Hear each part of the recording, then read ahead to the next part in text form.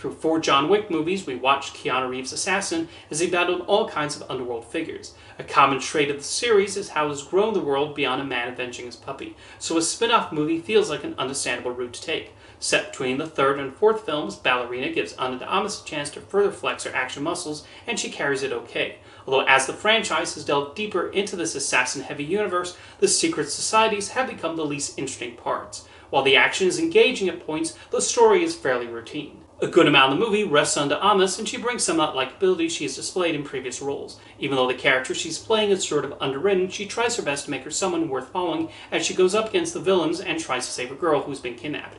You see Eve's determination and desire to stop them, and in particular how her training comes in handy. The action remains in the style established in the John Wick movies, with its fair share of shootouts and occasional hand-to-hand combat, and that's suitably directed with a lot of energy. These scenes even inject a bit of humor that does not feel too out of place, largely because of how over-the-top this world is. In a further attempt to connect it with the other films, Keanu Reeves also appears as John Wick. He's obviously there primarily for fan service and even disappears for a large chunk of the movie, so those expecting a lot of Wick will be disappointed. Though it at least shows the filmmakers not wanting to take the spotlight away from the actual lead of the film. Even as the action sequences occasionally entertain and have some visual panache to them, there's not much to the connecting plot threads.